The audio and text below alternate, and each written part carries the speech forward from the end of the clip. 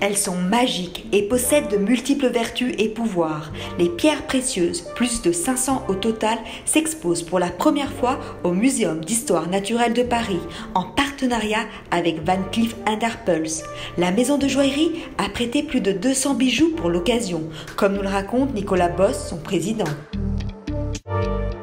Tout le propos de l'exposition est de faire découvrir ou redécouvrir le monde des pierres, sous l'appellation pierres précieuses, qui est assez large, et notamment à travers un dialogue entre différentes disciplines, la minéralogie, donc l'étude ou l'intérêt pour la pierre brute, pour le cristal tel qu'il sort de terre, la gémologie, c'est-à-dire l'étude des pierres qui sont déjà sélectionnées, parfois travaillées, taillées pour être intégrées dans des objets, et la joaillerie, qui est vraiment un des arts dont l'objectif est de sublimer la pierre justement en l'intégrant dans une structure en métal et en faisant un bijou qui sera porté.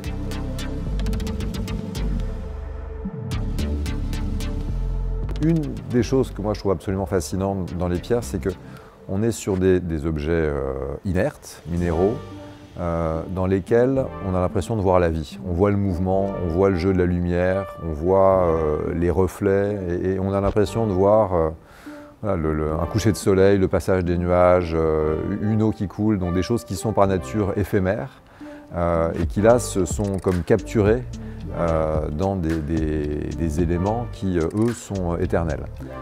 Et je pense que ça fait partie de la fascination. Et les grandes pierres ont vraiment cette magie-là. On peut les regarder des heures, des jours, des années. On y lira toujours quelque chose de nouveau, on verra toujours cette vie, ce mouvement. Et ça, c'est ce que le joaillier essaie de mettre en valeur et de sublimer dans son travail.